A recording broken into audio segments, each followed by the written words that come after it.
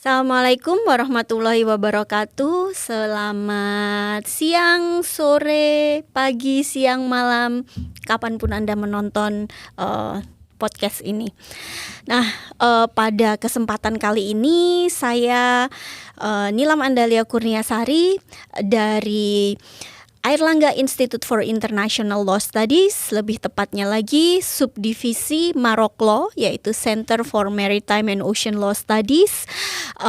Kami akan memberikan suatu pengumuman yang penting sekali berkaitan dengan salah satu konferensi yang akan kami selenggarakan pada tahun ini. Nah, sebelum pengumuman mengenai konferensi tersebut, saya akan ditemani oleh Dr. Aktieva Tri Citrawati, seorang pemerhati kurikulum hukum maritim Indonesia, yang saat ini beliau sekaligus juga menjabat sebagai Ketua Program Studi Magister Ilmu Hukum Fakultas Hukum Universitas Airlangga. Nah, beliau ini adalah seorang expert di bidang hukum maritim. Selamat siang Bu Eva, karena sekarang di studio siang. Selamat siang Bu Nilam, apa kabar? Alhamdulillah baik.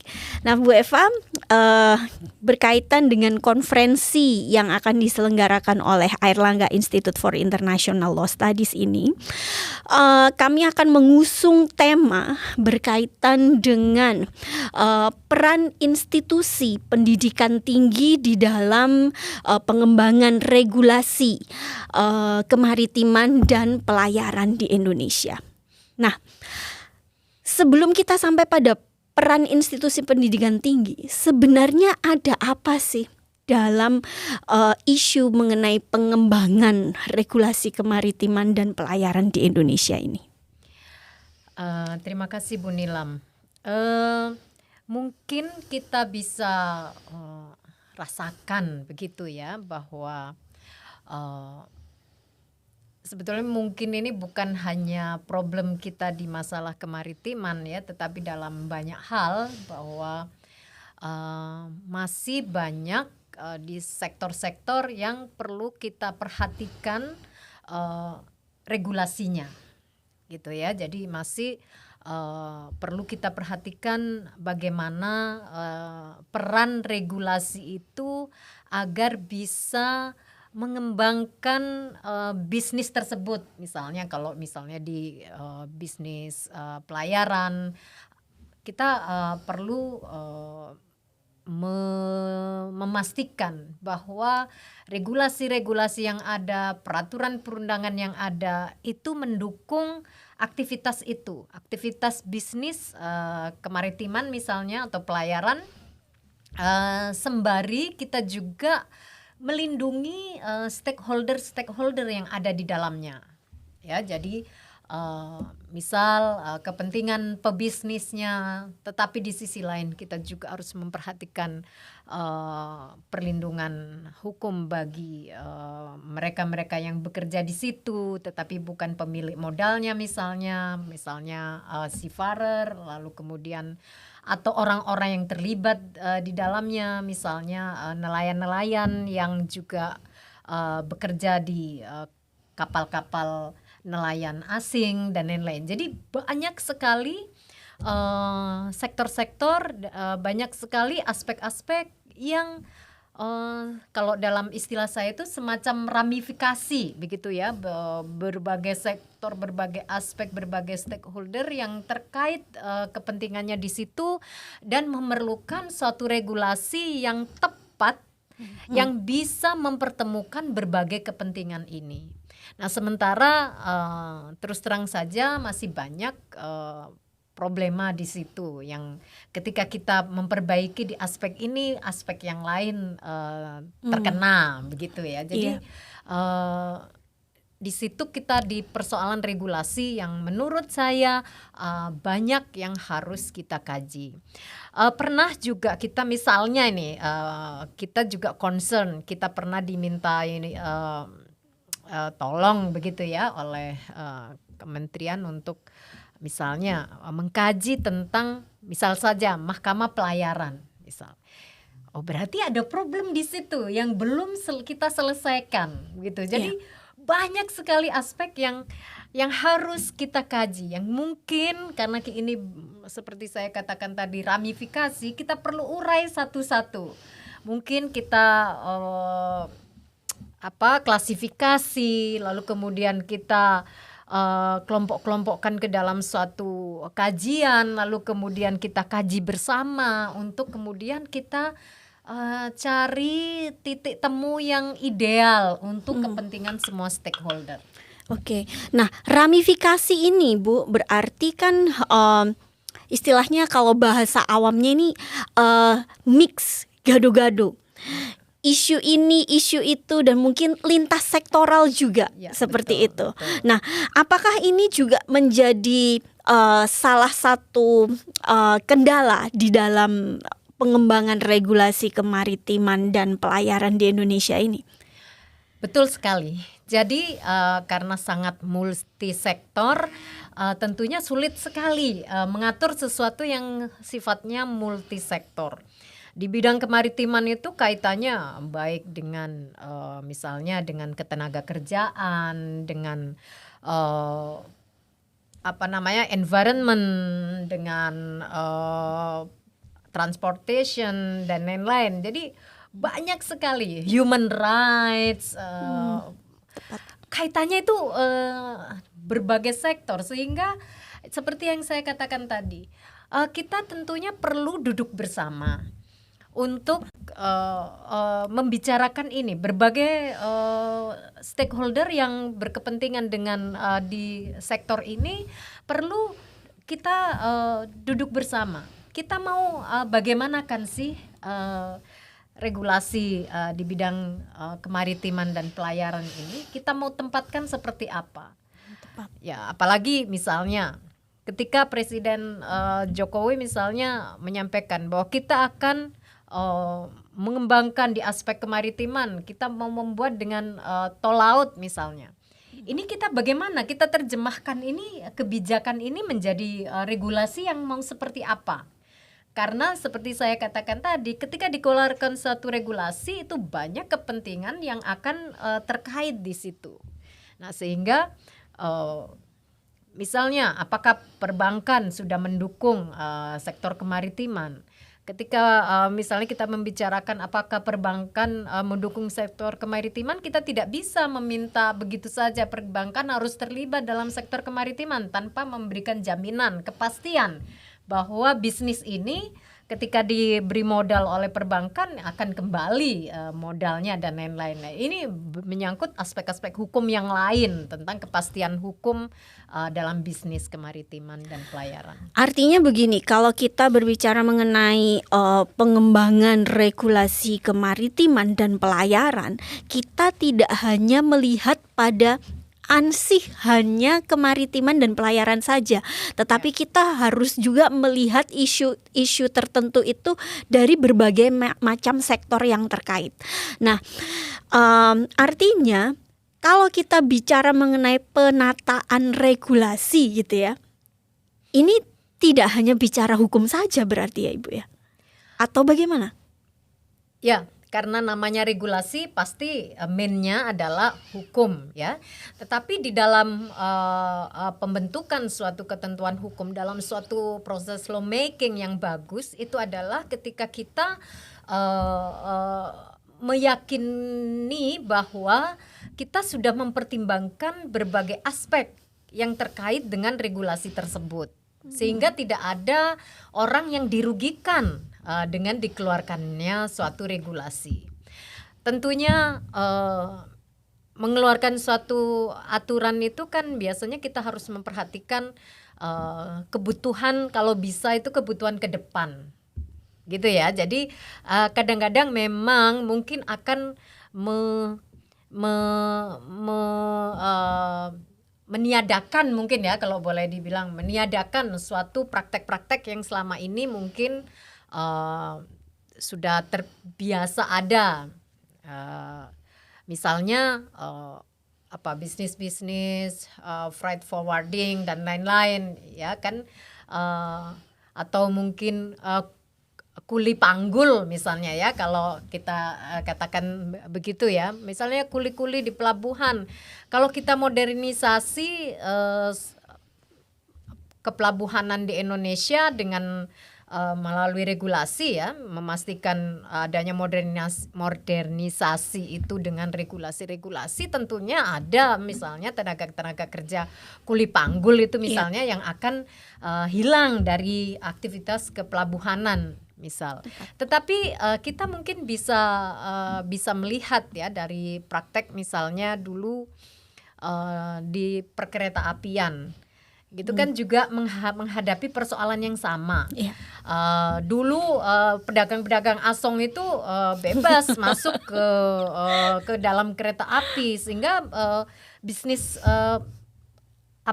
perkereta-apian itu tidak menarik bagi konsumen karena itu adalah transportasi yang tidak aman, tidak nyaman. Nah, tetapi begitu ditertibkan, kita mungkin yang tadinya pedagang asongan itu bisa melakukan aktivitas lain yang mendukung aktivitas perkereta apian, tetapi tidak dengan cara jual asongan, karena kalau itu berapa triliun yang terganggu ya gitu ya, maksudnya yang tidak bisa didapatkan dari bisnis itu karena kita misalnya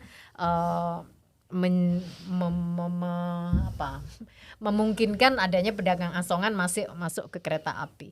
Jadi seperti itu Bu Nilam ya. Jadi banyak sekali aspek-aspek yang mungkin yang perlu kita pertimbangkan ya. Mungkin di bidang pelayaran akan menghadapi hal-hal yang lain yang berbeda-beda. Nah, sekarang bagaimana Bu untuk peran perguruan tinggi dalam skenario untuk pengembangan regulasi ini?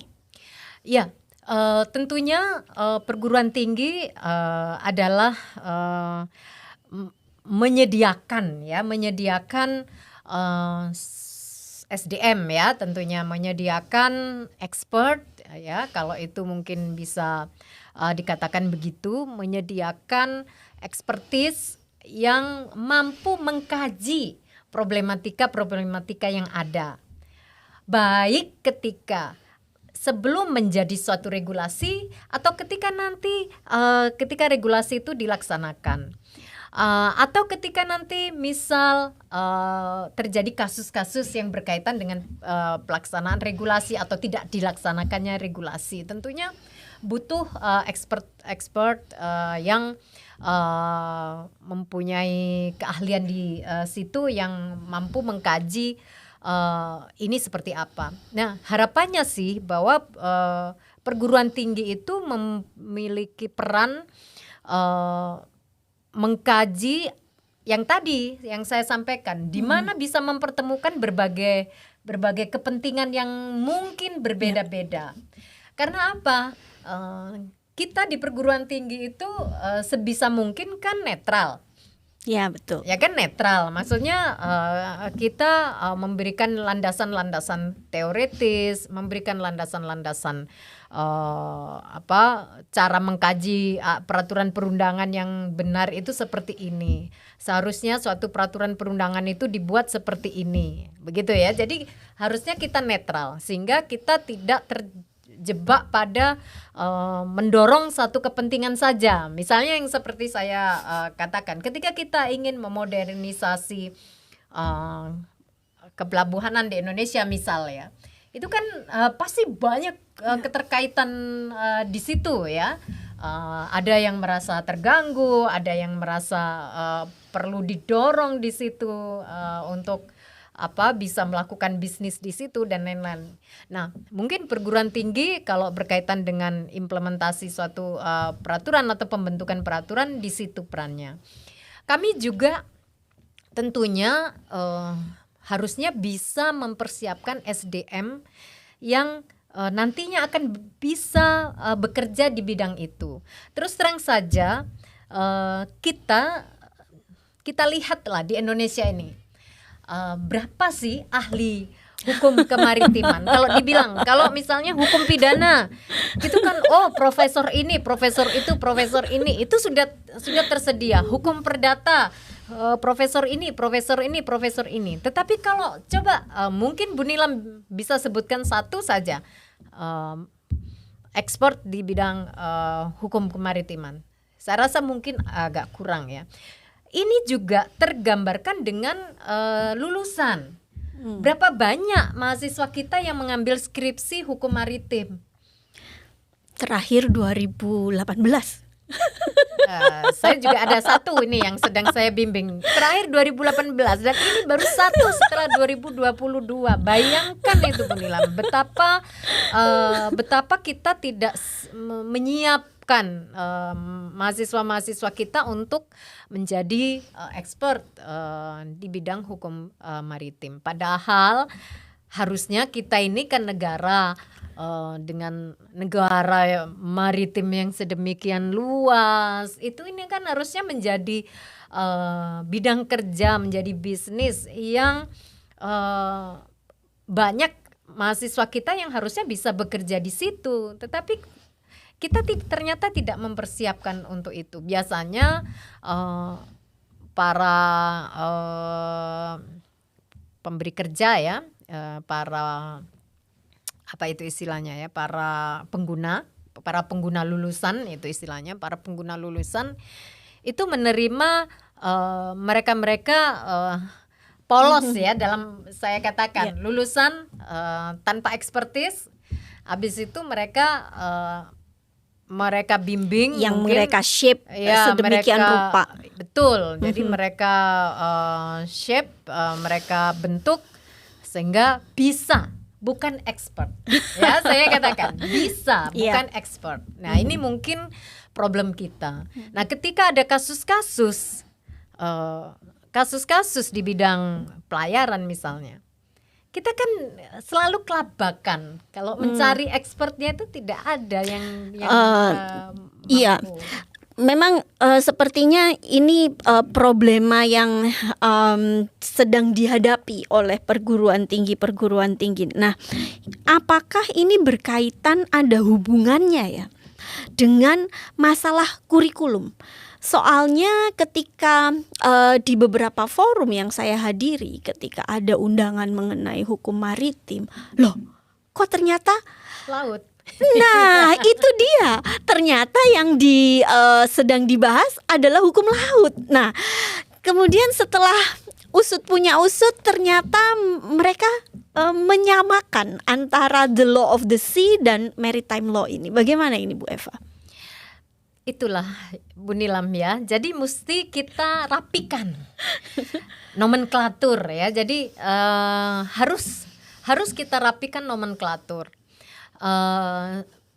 Karena misalnya apakah fokus juga di yang seperti kita pikirkan, bahwa membedakan antara sektor kemaritiman itu adalah business at sea gitu kan. Hukum maritime law itu kalau kita baca literatur asing, itu adalah aktivitas bisnis di laut gitu. Jadi ya pelayaran masuk di dalamnya. Memang di dalamnya itu masuk aspek publik dan privat. Tidak hanya privat tentang bisnis pelayaran dalam pengertian privat saja, tetapi tidak, di dalamnya ada irisan memang dengan hukum laut, tetapi terbatas. Bukan terbatasnya itu hanya mengenai misalnya pendaftaran kapal, lalu kemudian mengenai yurisdiksi, lalu kemudian mengenai bendera. Itu saja irisannya dengan hukum laut. Tetapi selama ini biasanya agak dijumbuhkan antara misalnya bidang kemaritiman itu terlalu banyak ke arah lautnya begitu. Ya. Jadi sehingga di aspek bisnis pelayarannya itu agak kurang diperhatikan kalau menurut saya ya. Nah, sehingga mungkin nanti ya di dalam kita berkonferensi itu menurut saya termasuk juga kita merapikan nomenklatur. Menarik sekali. Apa sih yang disebut dengan hukum maritim? Lalu kemudian apa sih yang disebut dengan mungkin pelayaran, ya? Lalu kemudian apa yang membedakannya dengan hukum laut? Nah, sehingga mungkin nanti kalau ini semua sudah rapi, kita bisa membuat kurikulum. Kita bisa melakukan harmonisasi kurikulum dengan teman-teman sesama perguruan tinggi di Indonesia, agar kalaupun tidak sama itu tapi ada harmonisasi, sehingga maksudnya itu tidak miss gitu pemahamannya tentang apa itu hukum maritim. Tepat sekali. Nah, ini sangat menarik sekali. Jadi Bapak Ibu sekalian, saudara-saudara sekalian, bahwa kami di Fakultas Hukum Universitas Airlangga mengundang seluruh mereka yang tertarik terhadap isu mengenai kemaritiman, pelayaran, kurikulum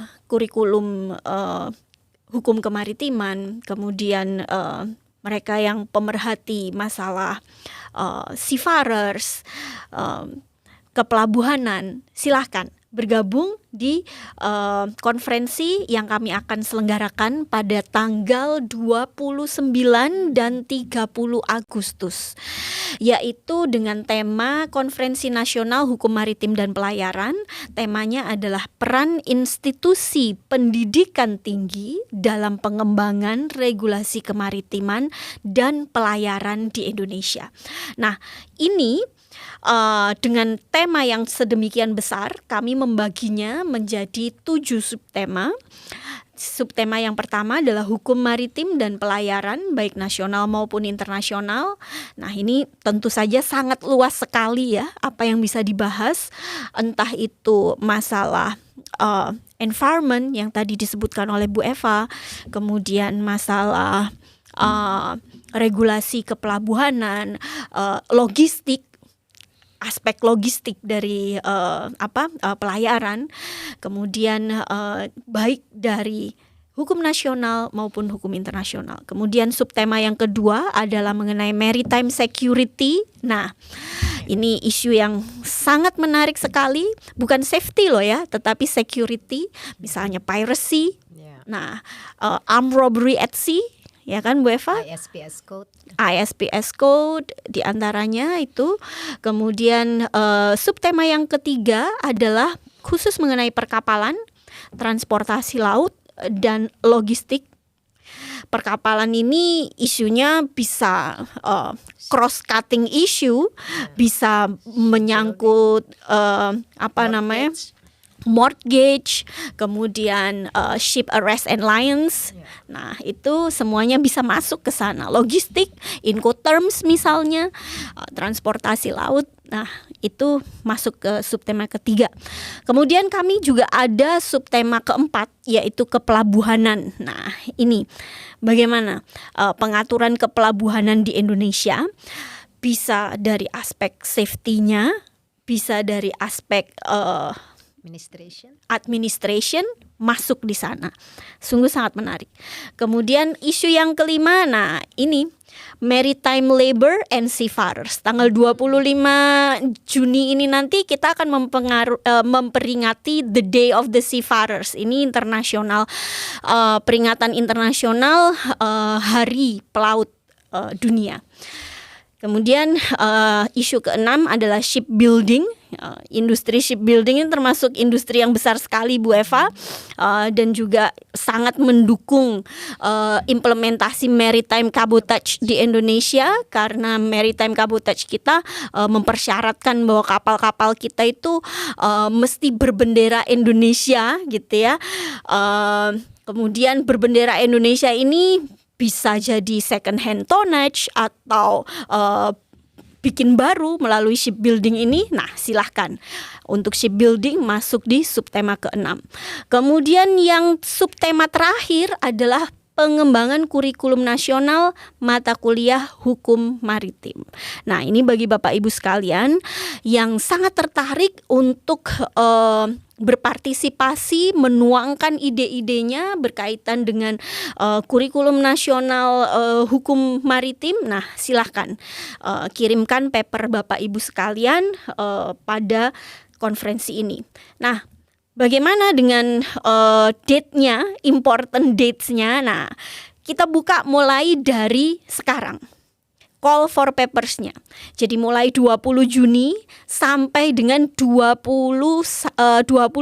Juli 2022. Ini adalah call for papers, nggak usah abstrak, langsung full papers. Kemudian beri kami waktu beberapa hari sampai dengan 5 Agustus 2022 kami akan melakukan screening terhadap paper-paper yang kami terima. Kemudian kami umumkan pada 5 Agustus 2022 itu siapa saja yang papernya berhak untuk dipresentasikan di konferensi ini. Lalu pada hari konferensinya, yaitu pada tanggal 29 Agustus 2002, kita akan mengumumkan 1 best paper di masing-masing subtema. Pemenangnya dapat apa? Dapat sesuatu yang luar biasa sekali, yaitu dimuat di jurnal terakreditasi Sinta 2 Media Iuris Fakultas Hukum Universitas Airlangga. Nah, itu akan kami umumkan di hari konferensi, yaitu 29 Agustus 2022. Lalu, katanya konferensinya tanggal 2 hari sampai dengan 30 Agustus 2022. 30 Agustusnya ngapain? Nah, 30 Agustusnya ini kami akan gunakan untuk menggali masukan dari Bapak Ibu sekalian, pemerhati hukum maritim dan hukum pelayaran di seluruh Indonesia, untuk bersama-sama melakukan revitalisasi Asosiasi Pengajar Hukum Maritim Indonesia. Nah, Bu Eva ini, Dr. Akti Eva Tri Citrawati ini termasuk salah satu pendiri dari Asosiasi Pengajar Hukum Maritim Indonesia. Bisa diceritakan sedikit Ibu, kenapa mesti direvitalisasi dan beneran ada nggak sih Asosiasi Pengajar Hukum Maritim Indonesia ini? Silakan Ibu. Ya, jadi ingat pada saat akan keluarnya Undang-Undang Pelayaran tahun 2008. Ya, Bunilam tahun 2007, berapa tahun yang lalu? 15 tahun yang lalu. Kita itu menyelenggarakan pertemuan di Unair juga ya. Karena waktu itu saya baru pulang dari Unpad, kemudian merasa bahwa kok kayaknya mata kuliah ini kok kurang greget ya begitu. Jadi akhirnya kita adakan pertemuan, kita bentuk juga asosiasinya. Tapi setelah itu setelah berdiri tidak tahu kelanjutannya. Saya juga lupa itu.